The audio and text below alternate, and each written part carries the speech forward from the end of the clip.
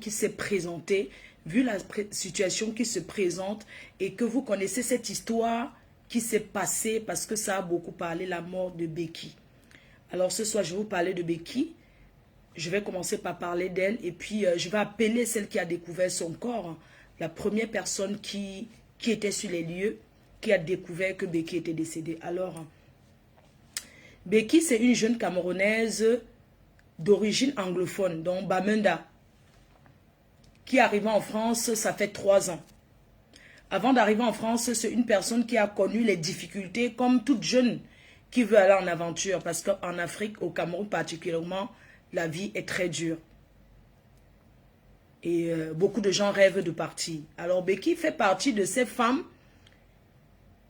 de ces jeunes filles-là, qui ont décidé de bosa. On va parler les choses, on va dire mot par mot ce qu'il faut. Elle a décidé de bosa, c'est-à-dire de prendre la route, de marcher à pied pour arriver en Europe. Enfin, de soutenir ses 2 enfants. C'est quoi la motivation de Becky quand elle vient en Europe? Parce qu'elle a 2 enfants, elle est une mère seule. Elle a perdu ses parents jeunes, son père et sa mère décédés. Elle est élevée depuis toute jeune par ses frères. Vous connaissez ce que c'est quand on grandit chez les gens. Ce n'est pas du tout rose.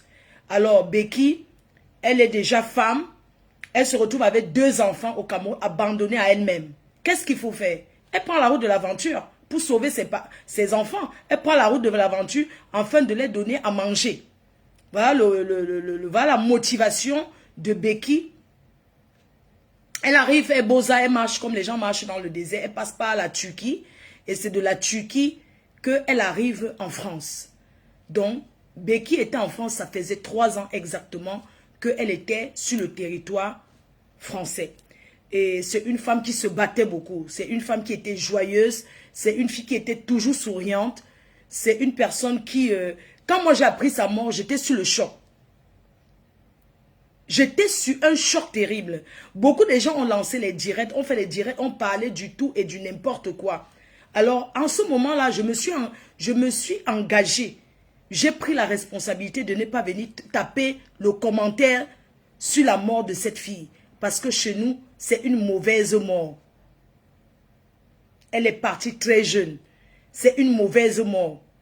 Et j'avais trouvé que ce n'était pas nécessaire pour moi de lancer le live pour commencer à parler.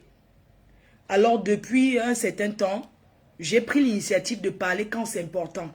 J'ai dit, je ne parle plus pour taper le divin parce que les gens parlent. Je parle quand c'est important. On me sollicite, c'est important. Je juge que je dois parler, je parle. Je juge que je ne vais pas parler, je ne parle pas. J'ai dit, je n'entre plus dans les problèmes qui ne me concernent pas, surtout les problèmes de guégué.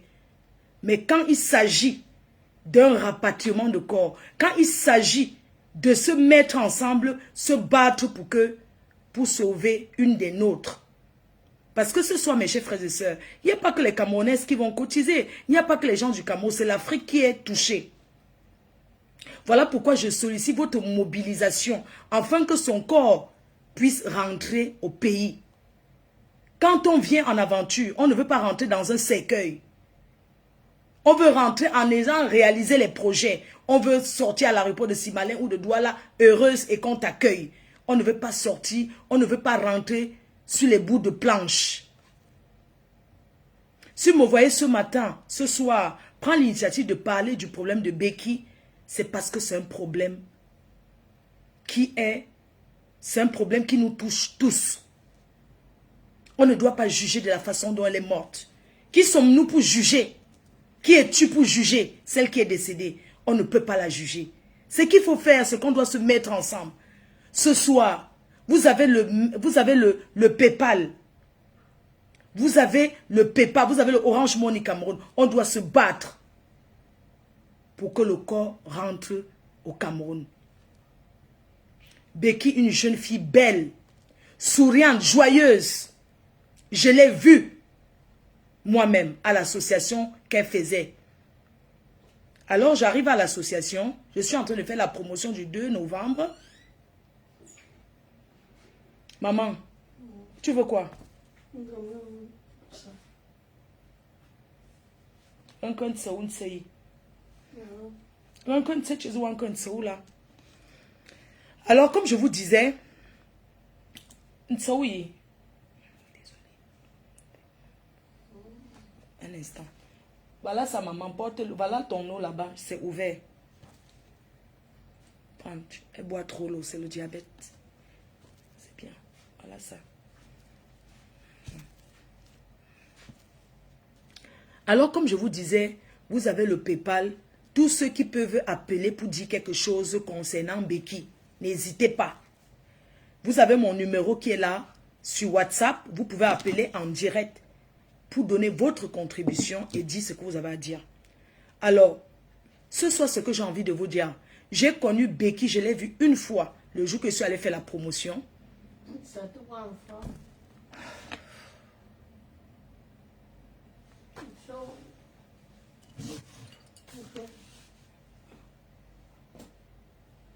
J'arrive, un instant. C'est ça, j'arrive. Pardon, je viens, Voici ça, maman, tu es toujours comme ça. C'est quand je suis occupée que tu m'appelles. Je dis avec toi depuis, tu ne pouvais pas me demander de le... D'accord. Quand? Nous vont dans votre tête. Non, quand ça, on a Maintenant.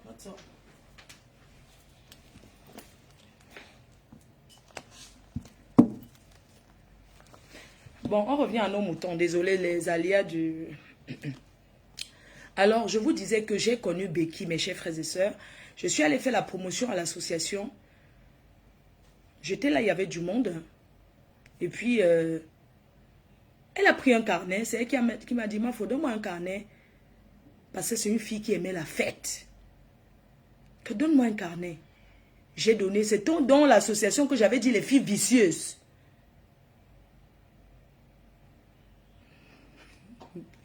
Pardon. Donc, du coup, je n'ai pas le choix, c'est ça. Donc, c'est l'association que le jour là, j'ai les filles vicieuses de Paris, tous on était en train d'enjoyer. L'homme ne connaît pas son demain. Personne ne sait ce qu'il attend demain. Même les voyants ne peuvent pas voir ce qui t'attend demain. Mes chers frères et sœurs, je n'aurais jamais imaginé. Je n'aurais jamais imaginé que cette fille... C'est pour ça qu'on dit que la vie ne tient que sur un petit bout de fil. Vous avez vu que je suis sortie de tous les problèmes, de tous les jacassements là. Parce que ça ne sert à rien. Ça ne sert à rien. Chacun doit se battre pour soi. Que de passer la vie à se disputer pour rien. C'était une parenthèse. Ce sont des choses qui ne m'intéressent plus et qui ne m'intéressera plus jamais. Elle a pris un carnet avec ses amis. Elle était avec une bande des amis. Elle faisait une association. Quand je sortais pour rentrer, je l'ai vue dehors. Elle se prenait la tête avec un monsieur. Et je me suis arrêtée. Je lui ai dit, pourquoi tu te prends la tête avec ce monsieur? Pourquoi tu te fâches? Calme-toi. Une femme ne doit pas être... Calme-toi. Fais ton hitch, tu pars. Voilà la dernière parole que j'ai dit avec elle. Et du jour au lendemain, je m'assois. On m'envoie une photo. On dit qu'elle est morte. Je dis que qui? La belle femme là. La belle femme Becky là que tu pouvais mettre le tarot sur son corps, tu manges. Parce qu'elle était belle. Elle était belle. Et son gens sang donnait. C'est pas les gens sang comme Nogo là. Son gens sang donnait propre. Elle avait la chair. Elle ne ressemblait pas à quelqu'un qui va, que dans 2-3 jours, tu vas entendre qu'elle est go. Non. Becky est partie. Avec tout son corps là. Avec toute sa beauté. Avec tout son sourire. Becky est partie. Becky est morte. Et quand Becky est partie, vous savez, nous sommes en France. Quand il y a assassinat, la police retient d'abord le corps et mène les enquêtes. Comme Dieu est Dieu. Comme Dieu est Dieu. On a découvert le meurtrier. Un noir. Un Africain. qui partait souvent la voir. Ils étaient des amis. Et cette personne, et on a découvert le contact de cette personne dans son numéro privé. Ça veut dire que cette personne-là est considérée déjà comme un ami. Elle n'avait plus peur de cette personne. On a arrêté le meurtrier, un jeune. Becky repose en paix. Ton meurtrier a été arrêté. Il a avoué le crime. Il a avoué. Mes chers frères et sœurs, comme on dit dans la vie,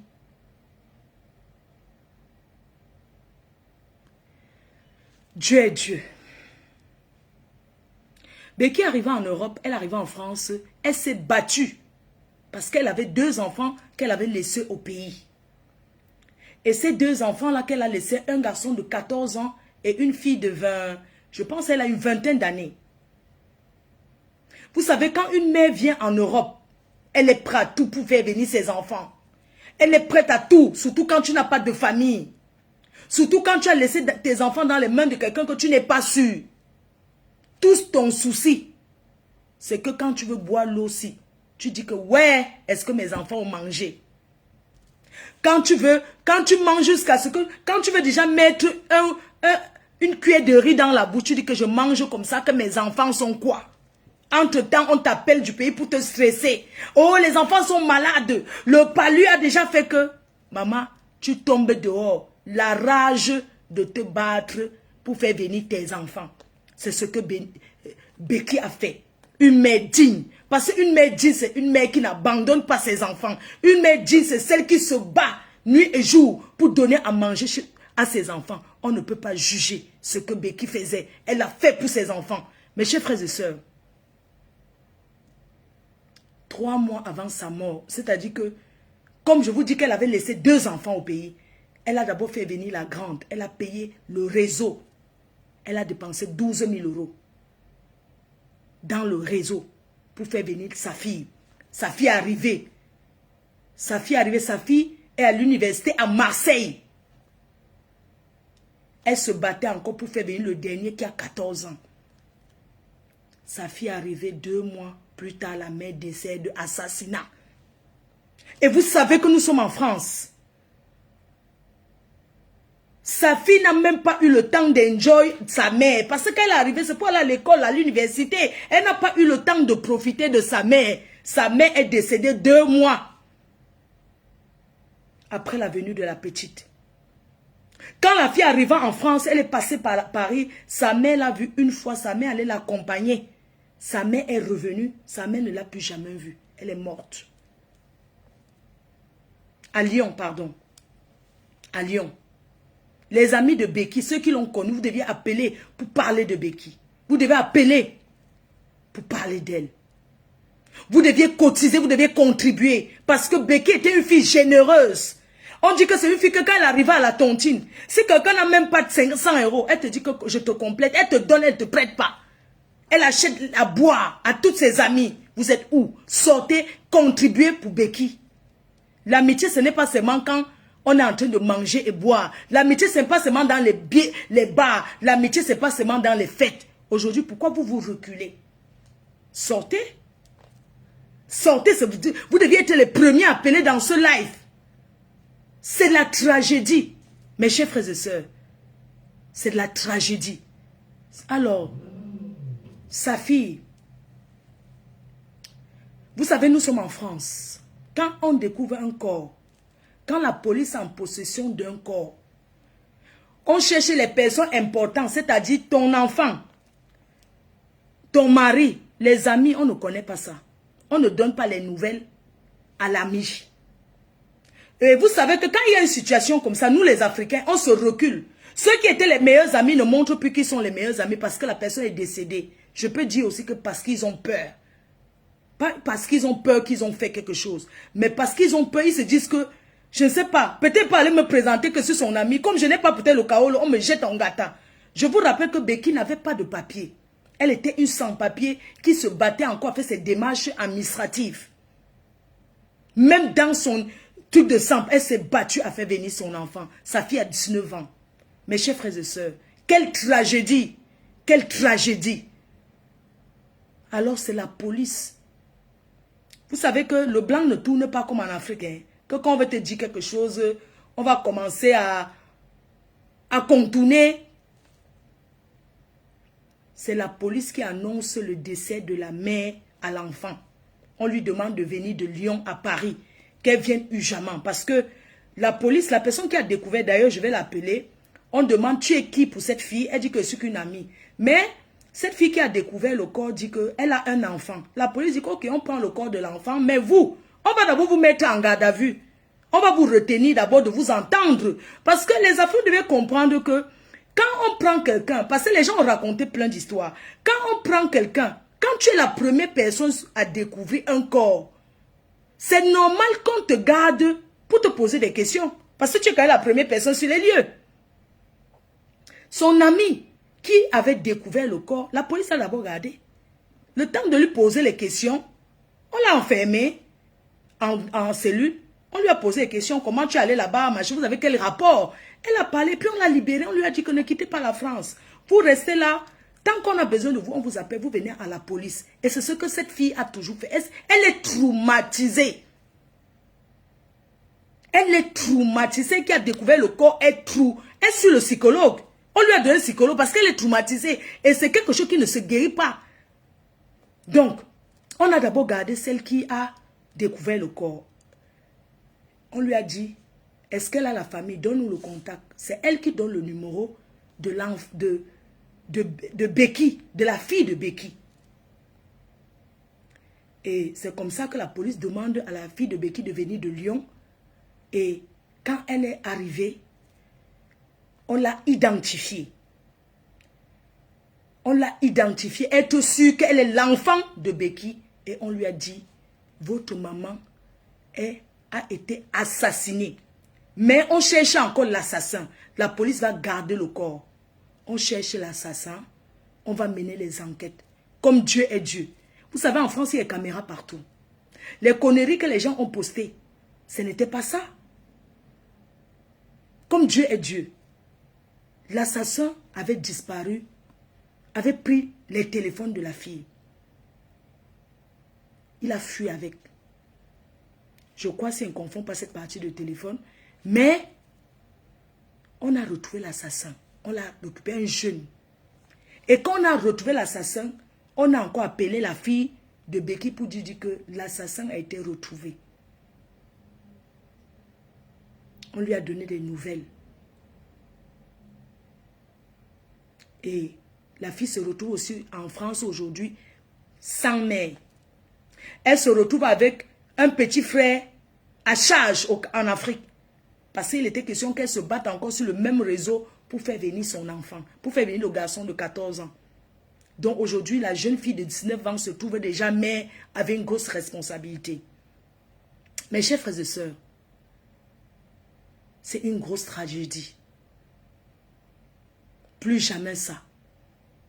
Soyez prudentes les filles. Soyez prudents où que vous soyez. Ne faites pas confiance. Ne faites confiance à personne. Quand vous êtes dans le monde du dehors. Ne faites confiance à personne. Parce qu'on ne sait pas ce qui peut arriver. Mes chers frères et sœurs, la police a gardé le corps depuis. Ils ont fini les enquêtes. Et ils ont remis le corps à la famille. Donc la responsabilité de la morgue maintenant appartient à la famille de payer. Il faut payer la morgue qui coûte d'abord 40 € par jour. C'est l'association dans laquelle elle était qui paye ça depuis.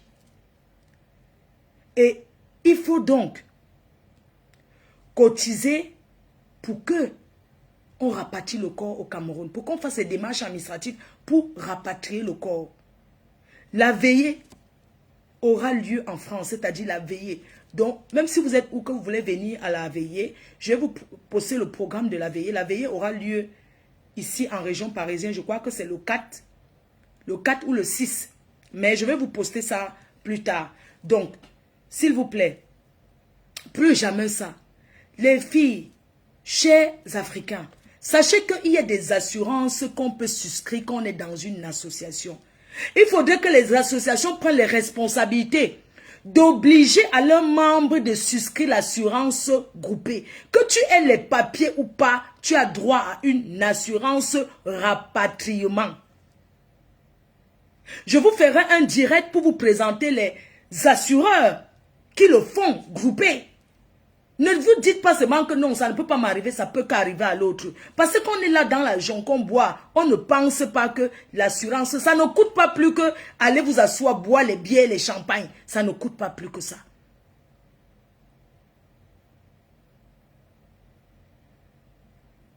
Vous savez qu'ici, le corps ne dure pas à la morgue. Les blancs ne gardent pas, on n'est pas en Afrique ici. Allez souscrire l'assurance. Mes chers frères et sœurs, je vais maintenant vous appeler celle qui a découvert le corps. Je vais l'appeler, elle va vous parler. Et on va ouvrir, pour ceux qui veulent cotiser, qui peuvent commencer déjà à cotiser. Donc j'appelle, à commencer déjà sur PayPal. Donc j'appelle la personne qui a sa meilleure, nous les Africains, moi j'appelle sa meilleure amie, Becky, la meilleure amie de Becky.